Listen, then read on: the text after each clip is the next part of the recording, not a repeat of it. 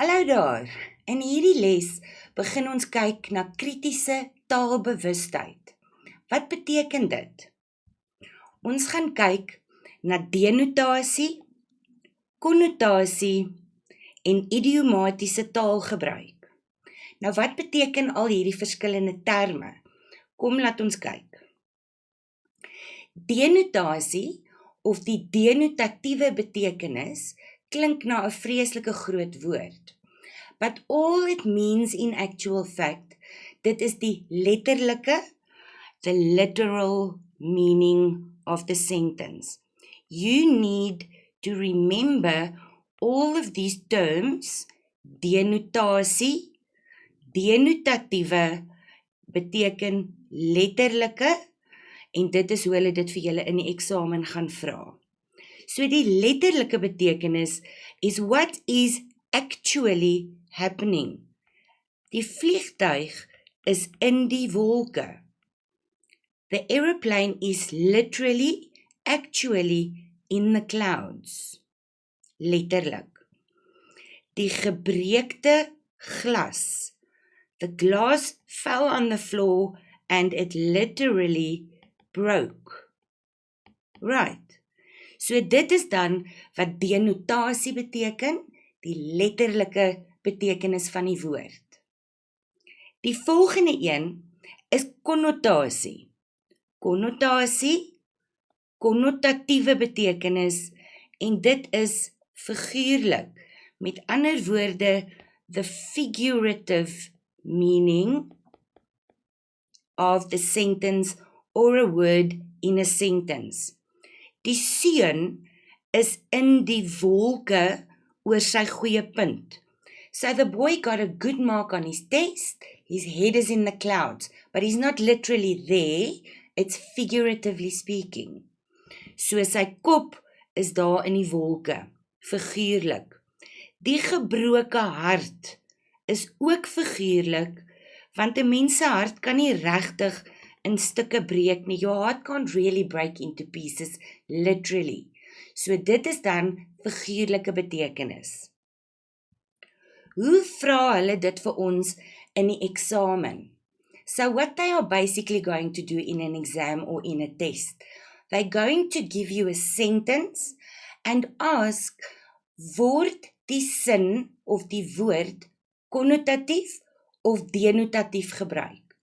Dan moet jy onthou, denotatief beteken letterlik en konnotatief beteken figuurlik. So al wat jy moet doen is remember the terms.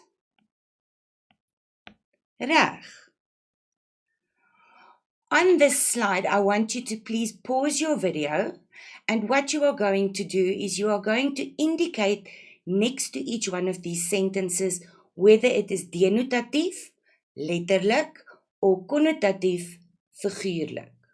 So please pause for a moment, and then you're going to quickly do this, and then we'll go through the answers. Right. So die eerste een, hy het ontplof van woede. He exploded because of anger. He was so angry. Can you literally explode? No. Met ander woorde, konnotatief of figuurlik. Die bom het in die treinstasie ontplof. The bomb exploded. So that happened literally. Denotatief, letterlik. Die groen bome maak lekker skaduwee. The green trees makes a nice shadow. So the trees are actually green. Dit is met ander woorde denotatief, letterlik. Hy was groen van jaloesie. You can't literally turn green because of envy. So dit is dan weer eens konnotatief of figuurlik. Die woordeboek is vol nuwe woorde. The dictionary is full of new words. That would be the actual book, actual new words, denotatief, en dit is letterlik. Die juffrou is 'n lopende woordeboek.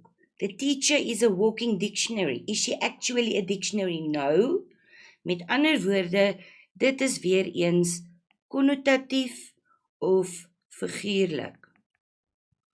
Die gebreekte bord lê op die vloer.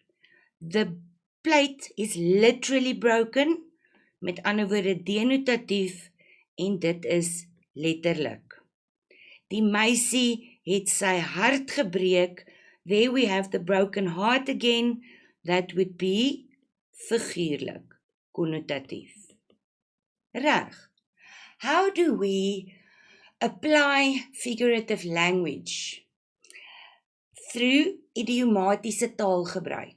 Reg, so ons gaan kyk na idioms. These are all figuratively speaking. I'm giving you a couple of examples which you can go through, but remember your best guide here is your handbook and study guide where you will find lists and lists of idioms, and you've obviously done some in class as well. So let's look at a few examples. By iemand kers opsteek beteken om iets by iemand te leer of advies by iemand te kry. To learn something from someone or to get someone's advice.